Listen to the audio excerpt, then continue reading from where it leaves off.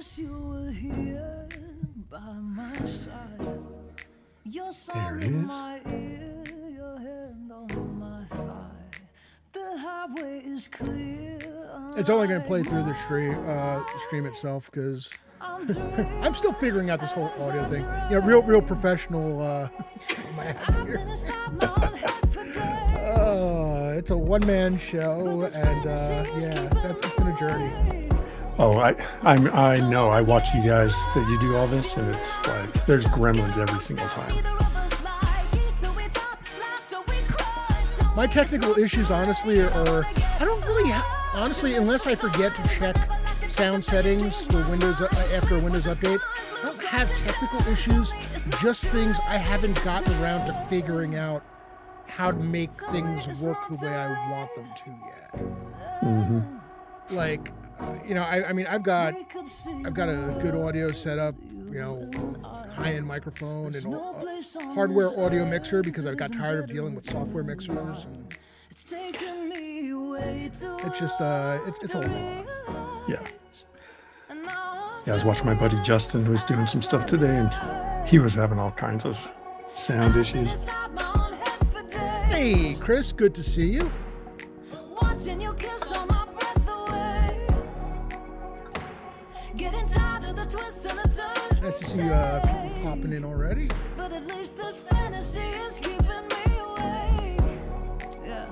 I wanna get lost in the night. Stuck in a small town nobody can find. Eat till we drop, laugh till we cry.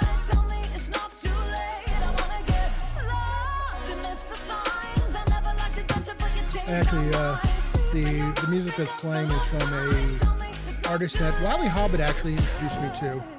Nice. Solo artist. She basically crowdfunded her first album through her Twitch stream, and I donated a fair bit of money to it.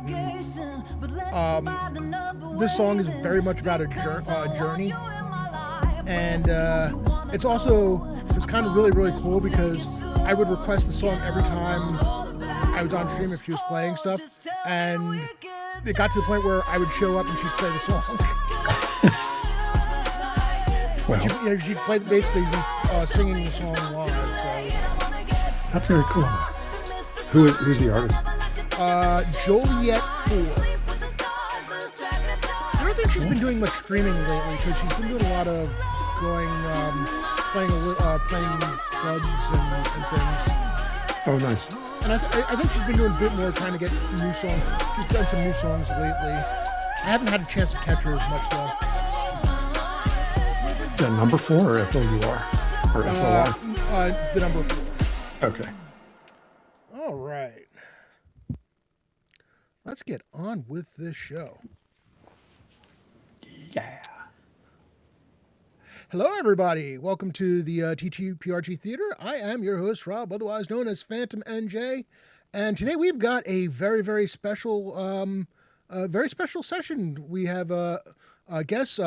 You may know him through Twitch, Discord, various conventions. DungeonMisterTy of Adventure Slang Productions. And welcome, Ty. Thank you, sir. It's great to be here. We've been talking about doing this for a long time. Yes, we have. And I finally decided, I finally got my brain to say, okay, no, we really need to, just because I need to stop talking about this every single time I see you. And it's like, so here we are. For those of you who don't know, many of you who are here have heard me talk about Nuovarden, and honestly, let's start from the beginning. Let's talk a little bit about, first of all, Adventure Slang, and I do have a shout out for adventureslang.com. Nice. I'm really on the ball today. It's there'll be, which I'm saying that, of course, there'll be something immediately that I find that I've missed, but for now we're doing all right. Tell me a little about, tell viewers a little bit about Adventure Slang and maybe even the podcast before we get started with the jumping into the game. Yeah, well, Adventure Slang is the company that I formed after Nuovarden bloomed in my mind. Okay. So I was like idea, notes, writing, company. And I chose the name Adventure Slang. I thought that was, I mean, I think it's funny. You know, adventurers speak a certain lingo. I listen. I'm right there with you. Yeah, yeah. And then I liked the the acronym of the ASP Mm-hmm. as the the grit or whatever behind the image. But yeah, Adventure Slang Productions. It started off with producing Nuovarden. Along the way, I thought I'd start doing a podcast while I was on the journey of creating this thing, and started interviewing people. And it's not real super frequent, but it is. Well, I've had a lot of neat guests on there, and then that also then eventually led into the second podcast, which is the Chronicles of Nephis, which is storytelling in Nuovarden. So it started as a solo role play thing, and then it went into changing live streams to audio. Oh, nice. Very nice. Yeah. So, all right, let's in that case, let's pop over to Nuovarden. What was the inspiration? How did that come about? So the story of Nuovarden is I was having a discussion with a friend of mine one night after a D&D session, and he was always throwing things against the wall to see what sticks. And he said to me one night, he said, "Why can't the characters just try to do the thing? Like, why are all these things in the way that prevent you from doing the thing?" And I was like, yeah, that's really an interesting question. I figure, of course, we need to have rules, structure, but whatever. I thought about it. I went to sleep and I started dreaming about about Nuovarden. And I was playing this game in my dream with the setting was 2/3 developed in my imagination already. So I woke up, I started taking notes. I wrote for a couple of days. Then I told him, because I'd been doing freelance work for a while, and he was sort of like, "Oh, I'd like, that sounds cool. I'd like to do that." So I said, "Okay, here you go. This is what I had this dream about this." And then he and my daughter both got involved, and we just like mad discussed for about 6 weeks. That's then when I created Adventure Slang, and we started producing it. It took 4 years. Awesome. I've told people that I was lucky enough to be one of the early play testers for the game, and I enjoyed the hell out of it. It's one of those things, and talk about the fact that Nuovarden, it's New Garden, and we'll get to what that actually means in a moment. But I think one of my favorite things about the game, and there's a number of things that differentiate for me from other TTRPGs out there, and there are so many, there's so many things out there, but I'm always looking for something a little different but interesting. And I think one of the things that I found that's missing from a lot of TTRPGs is the sense of exploration. And that was Nuovarden for me. Me personally, it was Nuovarden in a nutshell. It's a new garden, go explore. And with all these new, all these new facets and all these new takes on character creation and the types of characters that you're playing and such. So tell viewers a little bit about the new garden. What's the story behind Nuovarden? Yeah. First of all, I'll show the cover. If anyone has not seen it, this is the book. This is the paperback copy, obviously. But and logo by Jose Ortiz. Shout out to Jose. Cover by Alex Sturdy, a friend of mine in Australia, who's also a phenomenal artist.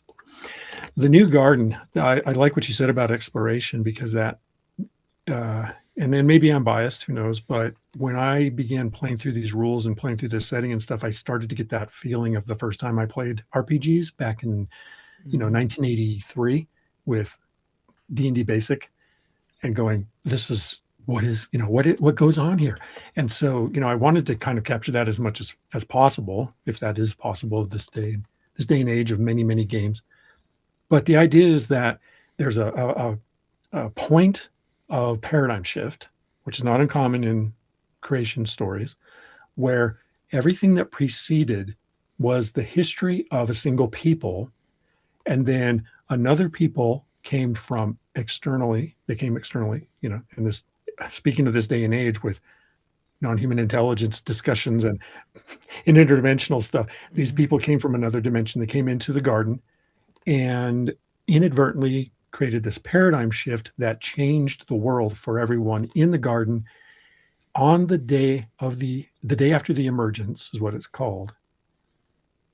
All these other sentient races or cultures, as we call them, appeared in the garden overnight.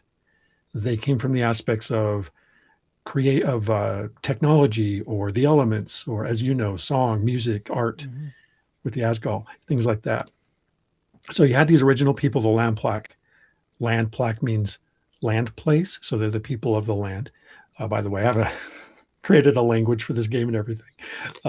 It's not extensive, but it's in there. And the people that brought the change. So they were the only two there. And then the next day, there were numerous other people.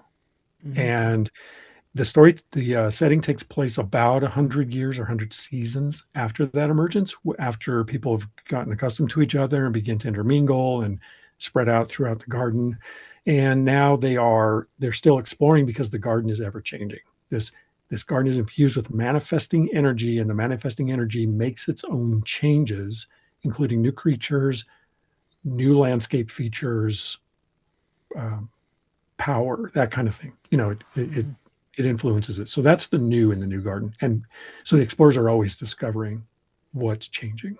So, I mean, for even like the land plaque, you mentioned being 100 seasons, 100 years or so afterwards. Even if there was anyone still from pre-emergence, the world would still, the different cultures being added aside, the world would still be changing for them anyway. It wouldn't be Right. the same world that they knew. Right. Yeah. And I do actually have the PDF. Lovely. I love that cover art. Yeah. I love the artwork, and there's so many the color usage it's just gorgeous. So you mentioned cultures, and one of and again, things looking for something different, but I mean, still in a we understand character classes and whether you want to call them races or Species. or what's the goodness, the word is escaping me. Whatever, the different terms that they're using nowadays. Here you have the different cultures, and you mentioned the land plaque, who are the people of the land. Take us through some of the other cultures, and I'm gonna. Yeah, there are 8, I guess, original cultures, and of the 8, 7 of those have subcultures as well. So here you have the Asgal up on the screen. And the Asgal are the essence of aesthetic. That's how they're defined. So their discipline is song. Their innate discipline is song, but song incorporates dance, art, crafting, that kind of thing. So it's not just sound, but it is aesthetic. But song, when I had this dream, these categories, song, silence, body, mind, technology, element, they came to me like that, and I liked how they felt. I don't know, they're attention getting, I think. Oh yeah, So, they very much are. so they're not, necessarily on the nose. And then when you dig into them and go, well, what does that mean? Then you begin to learn through the lore and through the rules and the descriptions that they have this breadth. So, for example, the Kakuts are of the animal kingdom, and they are silence. They're the opposite of the Asgal. In the not opposite. Well, I guess they are in many ways, but they're the animals, and they have the stealth capability of them. It's not only the absence of sound, but it's shadow and camouflage and things like that. So you have the 8 cultures, 7 subcultures. The reason why there are not an even 8 subcultures is because the influencing people, the Starnum that came in, they didn't change as a culture. They have a sub-faction. So it's not really a culture, but there's a contingent within them, and they're the ones that wish to escape because they're trapped. Because the changes that they brought robbed them of much of their power, and now they can't escape, and they're isolated from their people out in the great multiverse. Those people won't come back to get them because it's too dangerous, and they can't leave.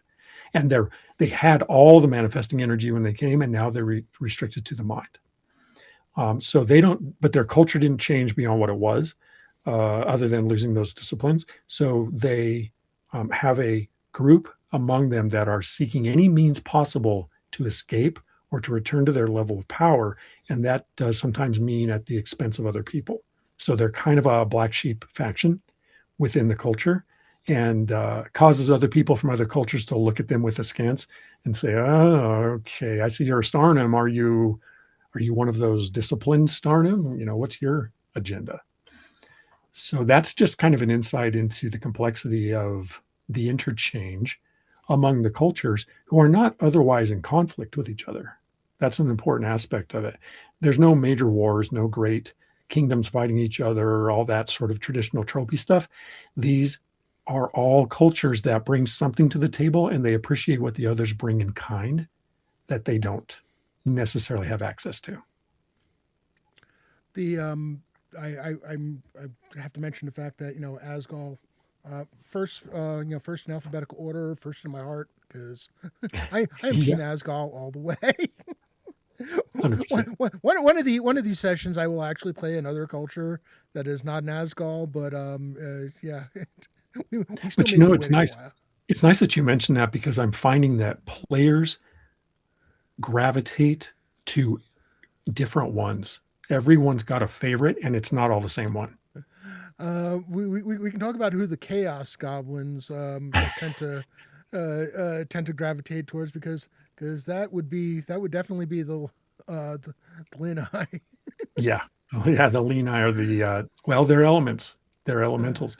So they bring all of that wild, unkempt energy. And so I made them childlike.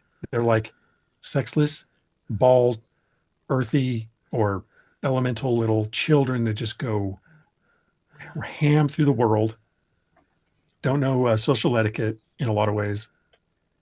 And they just bring the raw power of the elements with them. High energy and a useful mischievousness, as the Yes. description says. Yeah. Yeah. Uh, And if anyone has ever seen any of the live streams for Nuovarden, whenever Alina's played, that's people do a good job bringing yeah. that out. So let's talk about disciplines, because we had mentioned the disciplines, and so each culture has a specific discipline that is associated with them, and then we'll talk a little bit about evolutions, basically the leveling process and how that works. Yeah. So there are 8 disciplines. Now, I want to point out, if it isn't obvious yet, that this system, should we talk about the system real quick? The Sure. system is a D4 system. So everything in the rules and everything surrounding the rules is some iteration of 4. That's why there are 8 cultures. There are 8 disciplines. And the disciplines break down into essentially what the cultures represent. So the Asgard are song, but if we go, I don't know if I could do it alphabetically. If we go body, mind, Mhm. song, silence, element, technology, mystery, lore. Each is opposed by one of the others. So mind and body are diametrically opposed. Technology and element are diametrically opposed. Sound and silence, lore and mystery, element, technology. The idea there is that if you are good at one thing, you may not be all that good or even be able to access the opposite. And this keeps a level of customization in place so people can really flavor the way their character evolves. And evolution is the level up process that you mentioned. And it also keeps a balance so that you're not accumulating all of the abilities, and also when you make a choice you'll lose something. And I really believe that as a designer, the value of that exchange, you get something by giving up something. I one of the things that I appreciated during playtesting is doing that whole aspect with the song being very important, and using it to shape things and all the abilities, and just kind of playing around, because it's you're basically you're manifesting things with your abilities. So it's like, yeah, have fun with it. Do it. Make it look, sound, whatever, interesting. It's not. Yeah. And you, What it's, go ahead. what you're saying is, in the rules there are examples of each manifestation, each discipline, how they work, but those aren't the only things you can do. So if it fits within the definition of your discipline and you think of it, you negotiate with the GM called the seer Mm-hmm. to see if you can succeed, and then from there it's up to the dice.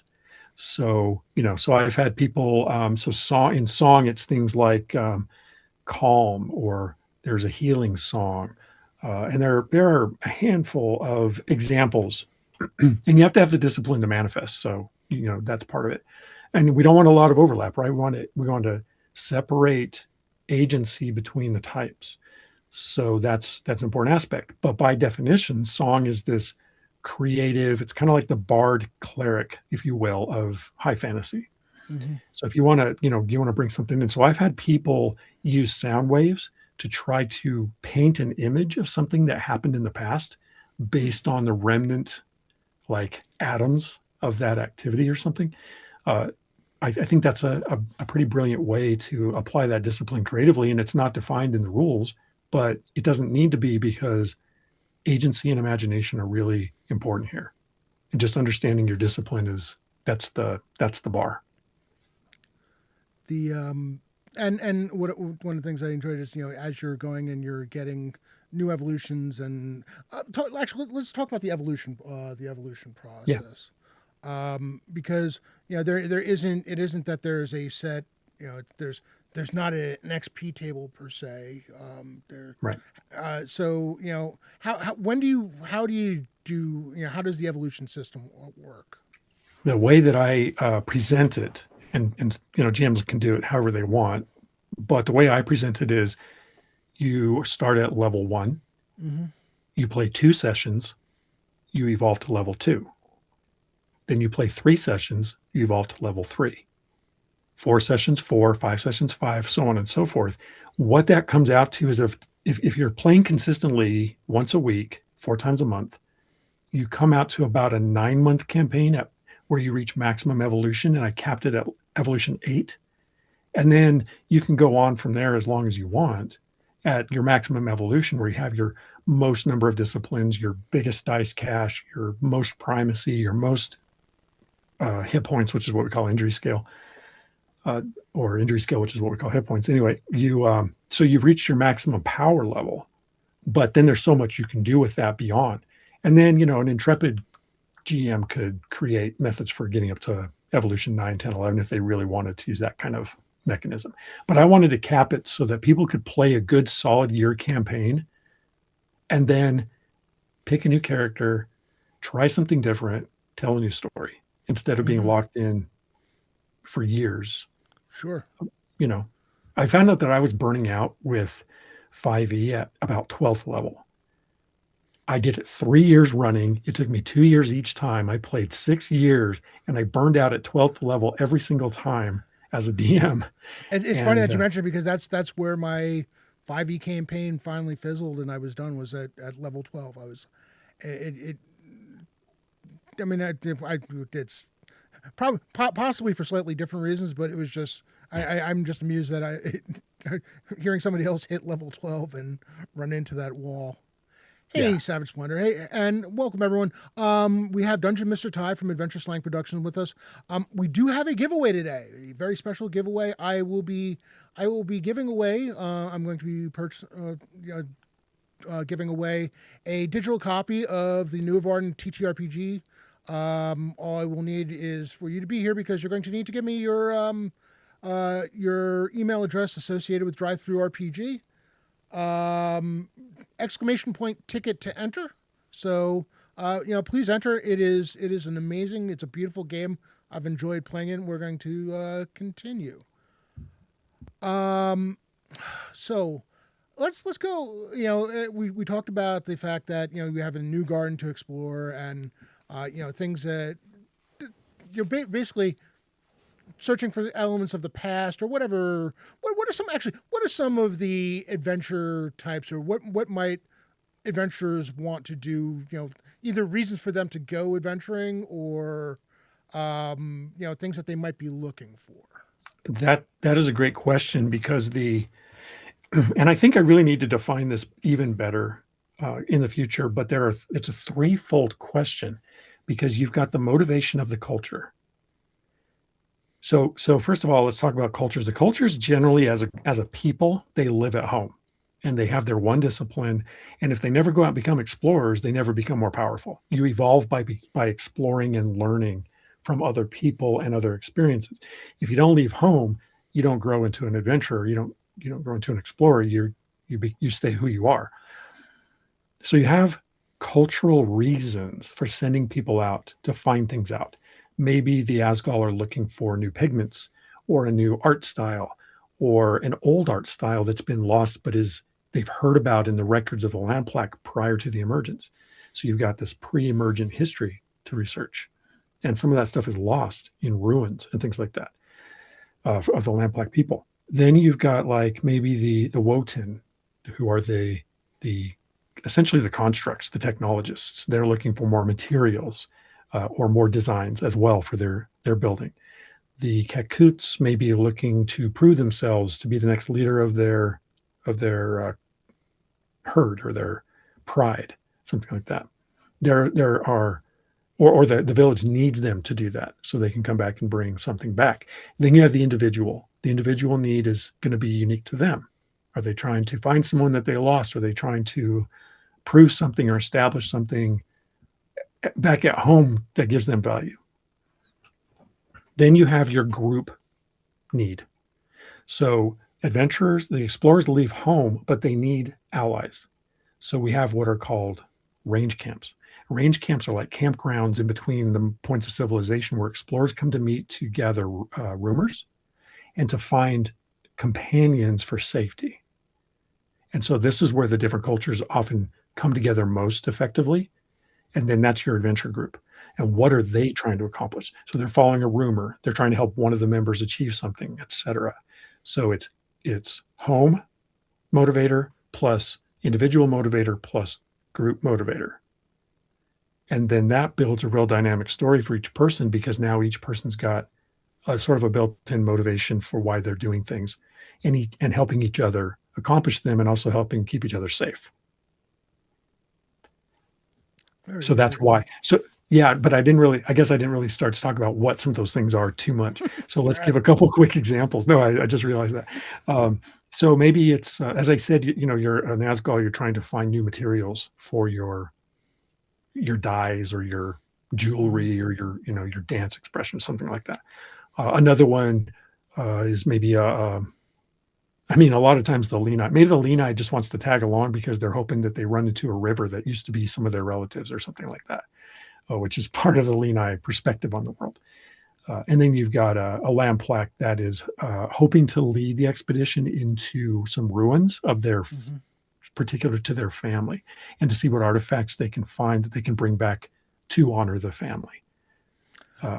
When you mentioned the Lenai talking about looking for their river that once was their ancestors, one of the things that I caught my eye when I was reading it was talking about trying to make sure that you're as a player, and even as a seer, the game master in Nuovarden is called a seer, and trying to playing true to the culture that you are. And one of the facets that I found interesting is each one has a very different outlook on death. Yes. The Lenai, you mentioned a river that was once your ancestors. The land plaque is very much the whole honor our ancestor. We're of the earth. We honor our ancestors and such. I don't remember the specifics of other ones. Some are just very, we maybe believe in some kind of reincarnation. I'm not sure. I think there was one of them that believed in kind of reincarnation. The Lenai? Was Lenai? Yeah. Okay. Mm-hmm. Some of them live indefinitely, and if they die, it's a permanent loss. Mm-hmm. Some of them manifest new members if they need them. So yeah, that kind of struck me. One of the other things that struck me was the description of the setting as Earth punk. Yeah. Yeah. So I mean, the world is very important to the experience. The land is a character, if you will. And I want to give a shout out to Penborough, our friend Paul over at Guild Superior, who's the creator of House of Eidolons, which is a different game that he's working on right now. But he did an 8-session episode of Nuovarden that blew my mind. I was a player in it, and the way that he used the land to inform the creatures he designed, and the way that we struggled to survive, and the obstacles we had to overcome was so much in lockstep with my vision for Nuovarden. And so it is an earth punk. It's the other thing that I mean by earth punk is it's not high fantasy or traditional Tolkien fantasy or European or whatever you want to define, medieval. It's not that.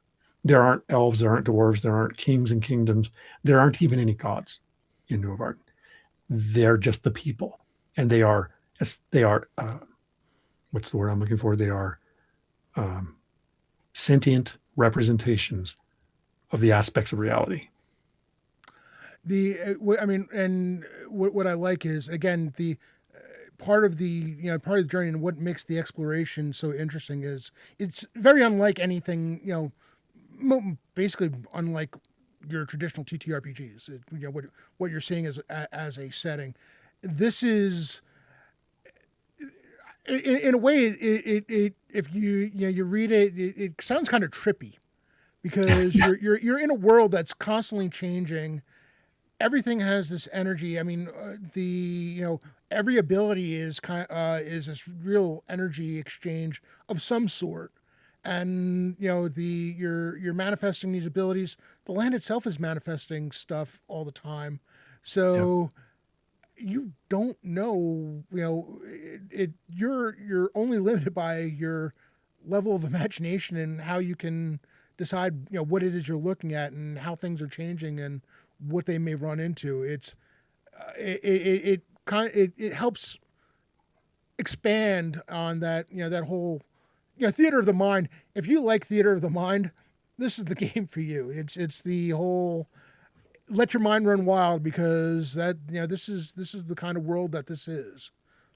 Yeah. It has some limits on technology. For example, it's a Bronze Age, essentially a Bronze Age technology with fantasy elements. And those fantasy elements can more or less be whatever you want. I mean, there aren't lasers, machine guns, motorcycles, or anything like that. It's more rudimentary as far as technology goes, by and large. But you have clockworks. You can have kind of a steampunkish thing going with some of the technology, if you wish, that overlaps with like magic of airships and things. When people call the manifestation energy magic, that's a close approximation. It's not really magic, not in the traditional sense. It's an energy that's almost aware of itself. But in any case, yeah. So what it is, it's a fantasy setting still. And recently on one of my podcasts, Tim and I had this conversation about what is fantasy. Like, how do you really define fantasy? Alice in Wonderland is a fantasy. It's not like The Hobbit, but this is a fantasy, and it's got some overlap with traditional fantasy. Like there's a type of dragon called a fate worm, but it's not like your typical dragon. It differs for the setting. And from there, then the creatures by and large kind of diverge from traditional fantasy monsters. There aren't trolls per se. There is a Volox, but the Volox has 4 eyes and has big fluted ears, and it's a sentient creature of its own that has its own culture that actually, spoiler, will be playable in the future. So, so there's some aspects that are somewhat familiar, and I felt like it was important to have those familiar touchstones so that people engaging with the game knew kind of how to start, and it wasn't such a foreign landscape that was like, well, I don't have time to figure this out. It's got it's funny you mentioned Alice in Wonderland. It's like I think of new creatures that you don't have a other frame of reference, like the Jabberwocky. What Right. Yeah. Yeah. trying to imagine in your head what a Jabberwocky might look like until you actually get a description of one. Who did I've got the on the stream, I've got the world map up. Yep. Did you do the world map yourself, or Aaron did that. My Aaron did daughter that? Erin. Okay, Yeah, Aaron did that. It's a beautiful map. it Like, is. It is. yeah, Aaron's my daughter. When she built that, I was like, but here's how we started it. We did the butcher paper with the throw the dice on the thing and draw around the dice types Nice. to start the landmass, and it was landscape. So Aaron turned it portrait, reorganized the continents, if you will, and Mm-hmm. that's what we have. Yeah, and the colors are also on point. That is a very very cool map. Let's go. Let's go to the bestiary because Mhm. again we're talking about something as far as like things you haven't seen before. Um, I there was a question I had because you have beast type by color. Some of these are self-explanatory. Most actually, 5 of the 6 are self-explanatory to an extent. Oh, Got your amphibians and reptilians, your beasts, flora, avians, crawlers. What's with the mythics?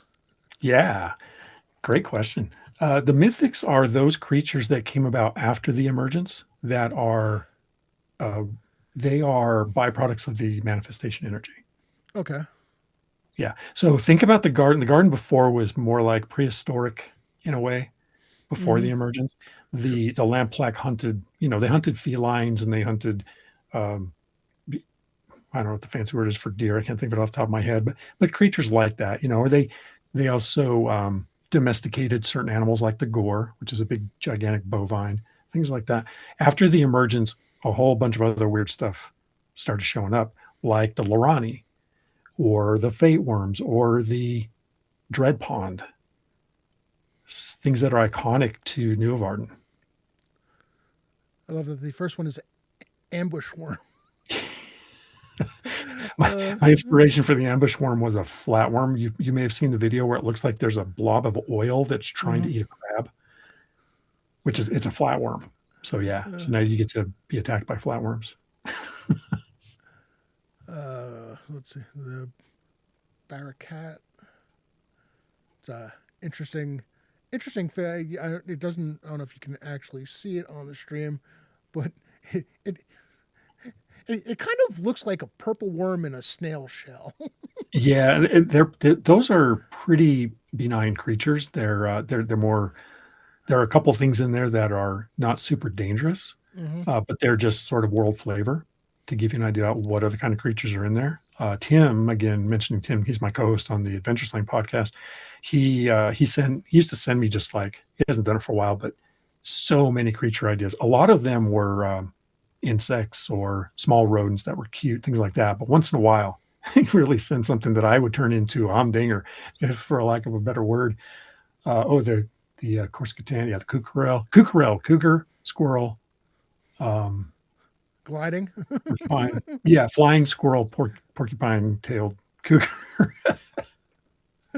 Oh, But check out the dread pond. That's one that I think is really there we go. kind of iconic.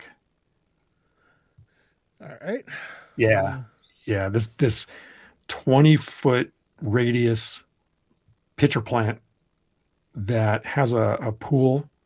Its bowl is full of digestive acid, and it settles into creeks, and then it puts these tendrils out, and it has flowers on the end of them that spore.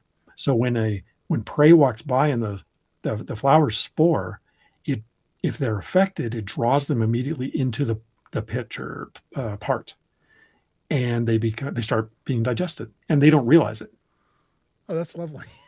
Yeah, and then when it's done feeding, it just steps up out of the water and trundles off into the forest and finds another place to hunt. Killing one, obviously, you can imagine there's sometimes cool items at the bottom Hmm. of its previous victims. Yeah. Let's see. The fate worm. There we go. Yes.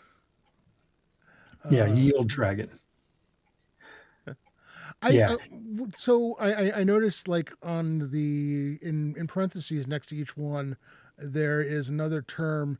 Is that supposed to be like the original land plaque term for them or Yes.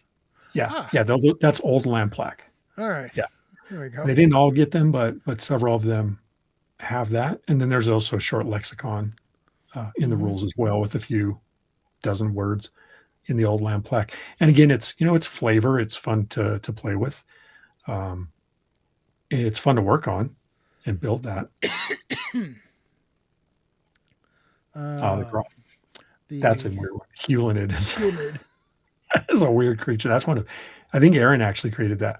Yeah, it's a sort of a flat piece of fleshy substance, this body of a rectangle, and it hides, it camouflages on trails. When something stands on it, it closes up on them and begins eating them while it teleports away. It teleports away. Oh man, that's So then you end up having to chase it, while it's bing, bing, bing through the it's like a, forest. Yeah. a carpet mimic gone wild. Yeah, that's a good way to describe it. Oh, uh, that's yeah, that looks suitably terrifying. The key scale. Oh yeah, Drag just mentioned that. Yeah, we've got a harvest component for each creature as well, because the barter, the system, the money system is a barter system. So you've experienced it. You have some items. You want an item.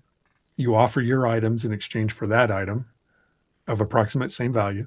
Then you make a roll and see if the roll agrees with you or if the price just went up I, or I down. I had to laugh because I do remember our first session when we were doing the play testing. We got to the first camp and it's like, yeah, it's a barter system. It's like, well, what do I have? What can I get? I don't. Right. Yeah. What do I But, need? I have no idea. but the cool thing is that you can barter most anything. Mm-hmm. And you can harvest things, which is what those tables are, not only from the animals but from the forest or the whatever biome you're in. There are things that grow there that if you find them, you can harvest them and they have value. So so a lot of times earning wealth, is if that's what you're after, is a matter of accumulating things. But then there's a whole crafting system as well, whereby collecting certain things allows you to build them into other things. And these can be tinctures or other kind of reagent oriented consumables, or they can be items. And there are different ways to do that. I like the very, very straightforward list of materials and crafting. Common, rare, very rare, and their value. Makes life Yeah. so much easier. Right. Oh, boy. Let me see. We're back to the map. Actually, one thing. Let's go back to going back to the cultures for a second, because one of the things I missed the first time, and I don't know why I missed it, because it's actually right in the right in the table of contents, is the hero tracks. Oh, yeah. How I like I said, I completely missed this like the first half dozen times I went through the book. But how did this come about? What's the idea behind specific the actual hero tracks?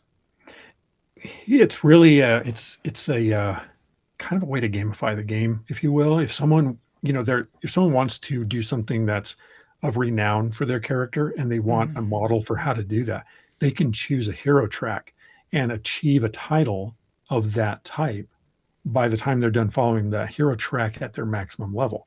So what it is, it's a build out looking ahead, and you build this combination of disciplines that work in conjunction with each other to create the type of hero that you are. And they fall back on a little bit more on tropes like the warrior type, the grandmaster thief, the grand knower of things, the grand crafter of things, that kind of idea. And Okay. it also demonstrates, the way that you can build your disciplines. You can cherry pick your disciplines in a certain way that leads to a kind of unified customization with Nice. a certain outcome. Yeah, yeah. It's something, it's optional for sure. It's not something anyone has to use, but it's also good fodder for the game master that wants to perhaps make that a quest point for a character. Very cool. Um, so, and it's telling that it's taken us this long to get around to it. But let's talk about combat, because Hmm. we mentioned the fact that there are evolutions and you have to do things to evolve, and well, in addition to exploration and gathering and all the other things you have to do, there are beasts, and not all of them are friendly, and there is conflict. So, let's talk about how combat works. Mechanically or We, thematically? let's start with the mechanics of it Sure. first. Okay. So a quick overview of the mechanics. You start with a dice cache of two Mm-hmm. four-sided dice. Each die represents one action up to a maximum of two actions. So even if you get more dice, you're still limited to two actions. But you can, from the beginning, you can divide your dice into two actions if you want to. But the ultimate goal is to hit the 4 on the die. This is where primacy comes in. Primacy is a pool of points. It is a meta currency that you can use 1 point to flip a die up or down to try to get the result that you're looking for. Now, we don't want to go too far into all the mechanics because there's a lot to cover there as far as like doubles and high failure and high success and all those kinds of things. But you can manipulate the dice with that currency as long as you have the discipline to do so. And then in combat, you have two approaches. You're either trying to do physical damage or you're trying to impose a status effect. The status effect is sort of like a condition. It can influence the creature's response, or the target's response, we should say, or lack of response if they're knocked out or something like that. I remember my Asgol failing constantly on trying to calm things. Yeah, yeah, because I was when you're doing not having a good time trying to accomplish that. when you're doing a status effect, they get a challenge. So Yeah. challenge roll. There are a handful of rolls. You've got called rolls, action rolls, challenge rolls. I'm sure I'm forgetting something, but those are the core ones. Action rolls are within action. Called rolls are when the seer says, make this roll for me. Challenge rolls are to avoid a status effect that's being imposed. And so so say you roll a 4 and a 1 on 2 dice for one action, and you're trying to sing the target to sleep. You want them to pass out. They make a single die roll, and they can use primacy if they have it. And this would be a mind. This would be a challenge roll, parentheses, mind, to try to avoid it. If they roll a 4 against your 4, they succeed. But you can bump the 4 to a 5. And if they can't follow suit, then you still succeed. But if they can follow suit, then they still avoid it. And this also applies to double 4s, which is a high success. This is the crit of the system. Okay. You roll double 4s, you've maximized your success. But on a challenge, the creature can roll a 4 against it and succeed even against those. Then you'd have to bump one of your 4s to a 5. They can also still follow suit, but if they can't bump it because they don't have the discipline, then you still succeed. So that's kind of a quick overview. And then on physical attacks, it's just roll to hit. Mm-hmm. Now we have to talk about difficulty scale, though, because we have a sliding difficulty. Standard difficulty is 4 is a success. Increased difficulty requires it being bumped to a 5 or roll double 4s or bump to double 4s. Decreased difficulty is a 3 is a success. So that's how we maximize and, again, get ranginess with a simple die like a D4. You're applying primacy. You have to have the discipline. Depends on what your role is. And it comes out to about a similar percentage of a D20, really. Okay. Yeah. A single die, obviously, with no primacy is going to be a 25% chance. Cut and dry. Okay. But So let's go to combat thematically. Okay. Reasons you would fight. Because it's a naturalistic environment in a lot of ways. So a lot of times you're encountering creatures that are bestial in nature. So they're not necessarily looking to, unless they're hunting you, they're more probably defending their territory or trying to get away. But there are creatures in there that are more malignant, more malicious than that. So they may be hunting you. And then you've got conflict between individuals, because humans probably understand nothing better than conflict, and that's what drives our stories, right? So when a figure wants power in a certain way that is contradictory to the benefit of the community, then there's going to be conflict.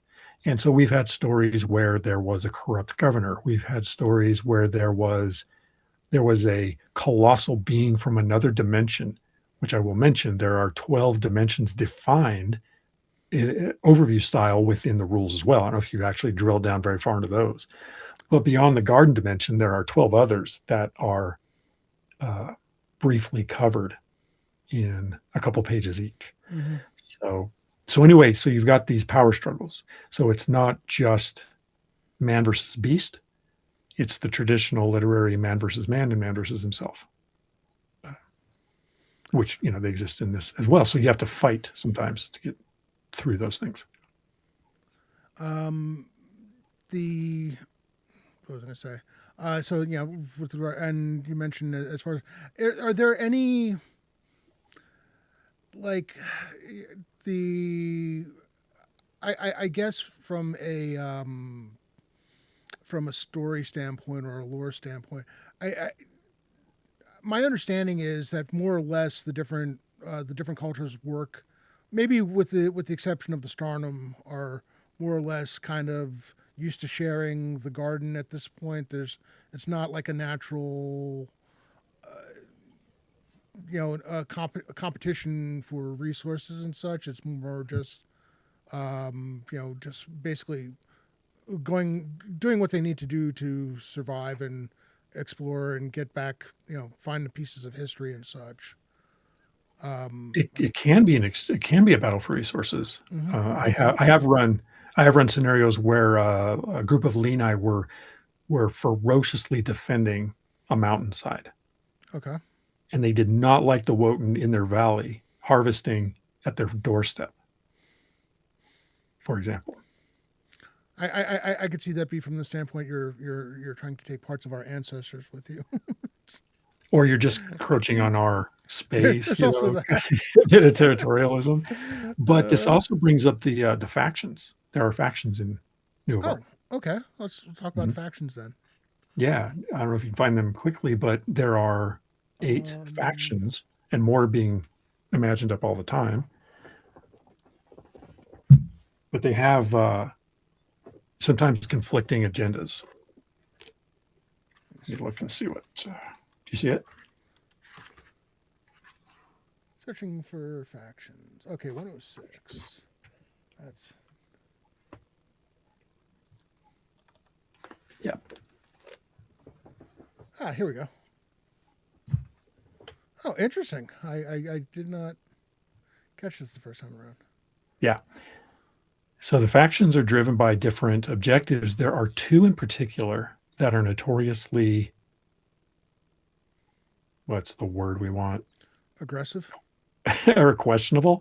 You've got the Shadowmark Gallants, and you've got the Poisoned Sweehens. And they are the Whisperer faction. They are the Assassin faction. They are the criminal faction, if you will. And any large populous area is going to have elements of them. We ran over at Guild Superior, we ran a 21 episode or 20 episode series.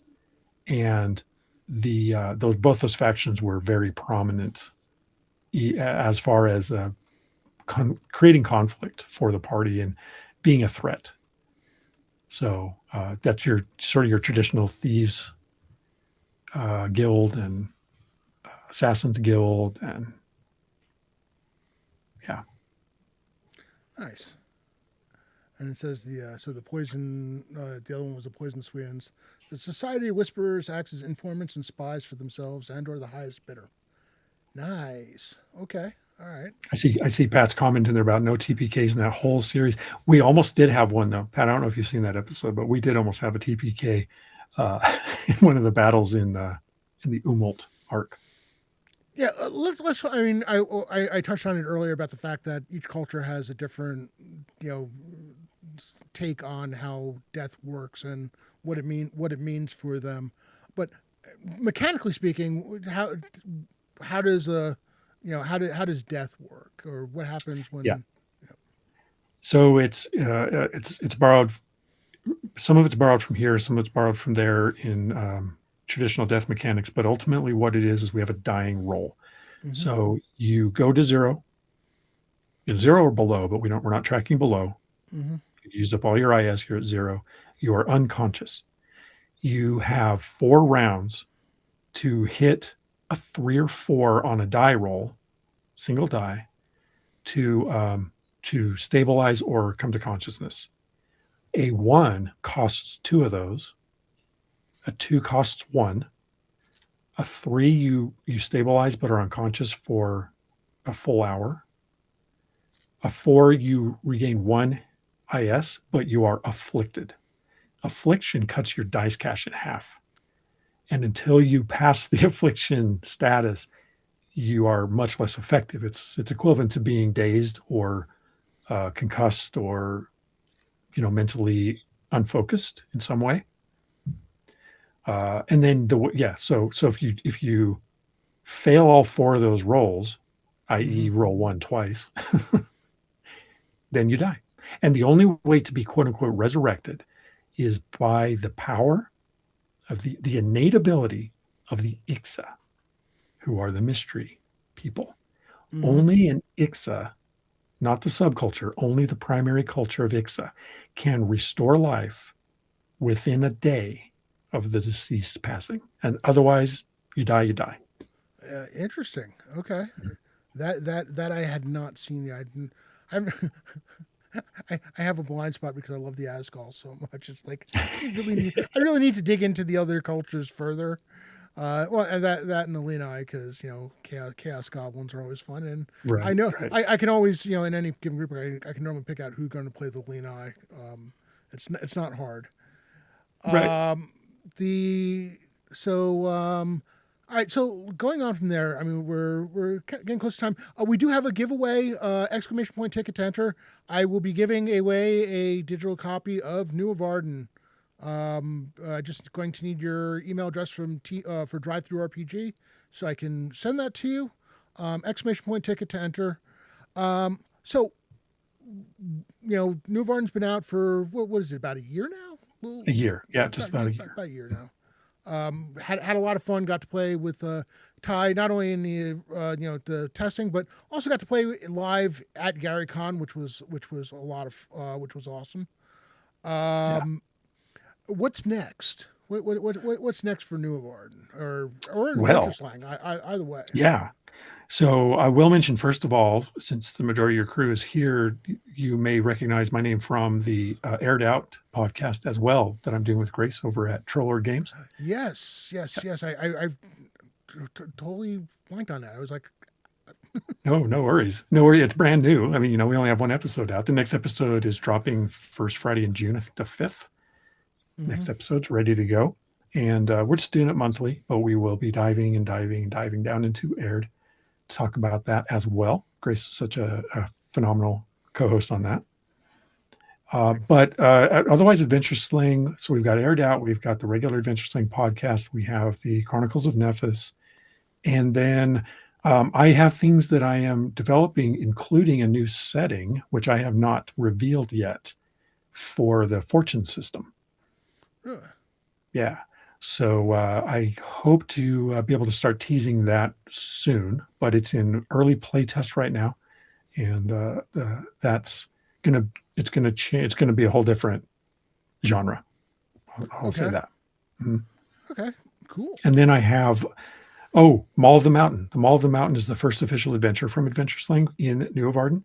That will be dropping as soon as I get through final edits with the PDF. And that is a 20-ish page adventure in 3 parts. And that's going to be fun to have out there. So the first adventure, in addition to the free one, that's in the back of the rules there. And then I will also mention that on the website, there is a free expansion culture from the Umult arc of the Bridgeway trilogy called the Umbral, for anybody that wants to add one more option to their cultures.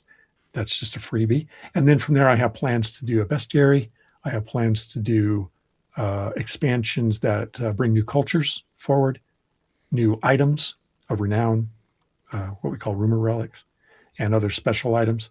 Also, some of the history of the foundational Lamplac people and regional histories for Nuovarden. Because as you saw by the map, there are many continents, and not all of them are defined. Not all of them are explored fully. And of course, those things change all the time. So outside of cultural origination centers, the landscape is kind of an unknown, and it just lines out that history again with family names of the lamplights, stuff like that. Fantastic. Awesome. So first of all, thank you so much, Ty, for coming on. Thanks for having me. I'm so glad that that we got to meet and that we got to I was able to play and then continuing on from there, and you've been in some of my CNC games, and I joke about the fact all the time about the fact that podcasts and me have an odd relationship. I have literally been in more podcast episodes than I've actually listened to. Yeah. It's one of those things where my problem is I would love to be able to just like listen to podcasts, but my brain doesn't retain stuff if I'm not paying attention. So I'd have to like sit here and just, okay. Just do nothing else. Yeah. And do nothing else. Otherwise I will space and realize nothing that was said in the last 10 minutes stayed with me. Sure. But, so yeah, thank you for coming on. We are going to, as soon as the ad break is over, we're going to break for the giveaway, and we will go to stream ending and do the giveaway. I just wanted to mention one other thing, just as a reminder. If you want to wait for the ad break, we can do that. Thankfully, I have a bot that'll tell me when it actually ends. All right. No, I appreciate you having me on. Though it's great I get excited. You can imagine. Oh yeah, absolutely. That's weird. SiriBot told me the ad break is starting soon, and then Stream Elements tells me, and SiriBot tells me that the ad's happening. Now it's happening. Short one. Oh man. Sometimes Twitch, sometimes it's just like, what are you doing to me? Yeah, I guess they think that we're all going to run out by their cars. And it's like I can't, of course, because I don't see ads. I have to rely on a bot to tell me it's begun, started or not. All right, we should be back. So yeah, we're gonna go to stream ending, and hang on. After we're gonna do the giveaway, and we'll be rating into Lord Gazumba. So please hang out for both the giveaway, ! Ticket to enter for a chance at a digital copy of Nuovarden. I will just need your email address that's associated with DriveThruRPG. And once again, thank you, Ty, so much for coming on and talking about Nuovarden. It's a great game. I enjoyed playing so much, and I hopefully I'm going to find the time to start running different games, and this is obviously on my list of things to run. So awesome. Well, thanks for having me. It's great to be here. Love talking about it. Love talking about all this stuff, podcasts and games and everything. Absolutely. All right. So let's see. Going to the giveaway. Going to the giveaway, closing out, and drawing a winner. Pat draws. Cool. Pat, listen, if you don't have an email, you're going to need to sign up with them. Otherwise, if you want, I can draw another winner. It's up to you.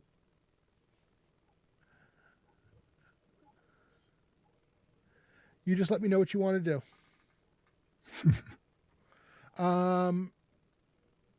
Actually, if you could tell me now, draw another winner. Okay. Savage Splendor. All right. Excellent. Nice. Congratulations. Thank you so much, Pat. And with that, we are going to rate into Lord Gazumba. There is his Thursday game is an all-star game. They are all headed to Concoction this weekend, so he's got guests in his basement with him. Nice. And we will see everybody next week. I will figure out what we're talking about probably the day of the stream, as usual. But in any case, see you all on the flip side, rating in 3, 2, 1. Awesome.